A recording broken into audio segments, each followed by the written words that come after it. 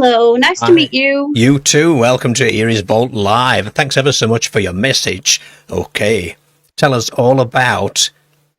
Well, I won't spoil it by saying the last two words. You tell us all about your story.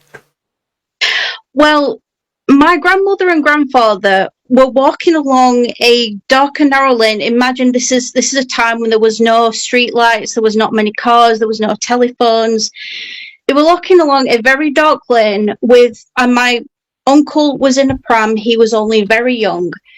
And they noticed something was in front of them that they weren't sure. They explained that it looked like a ball of light was following them. And my grandfather said, stop, we don't know what this is. And in front of them, from that light, they could see a figure, what they described as a grey figure walking towards them.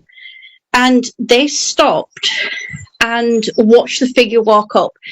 They described it as grey. It didn't have any distinguishable facial features. It was tall, it was thin. They described it was grey and glowing.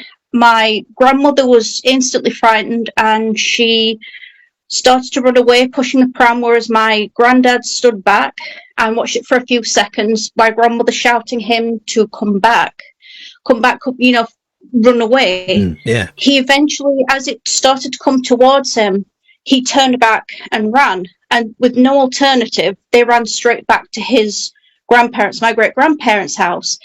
And they said, there's something up there, there's something up the path.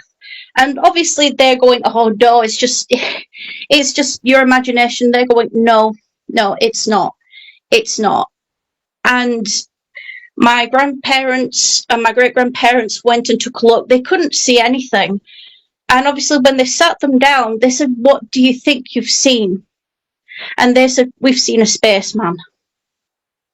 They were absolutely terrified. They didn't want to go home, so they had to stay over at my grandparents' house. It scared them enough that when they went back the next day, they had to have someone go with them because it just terrified them so much.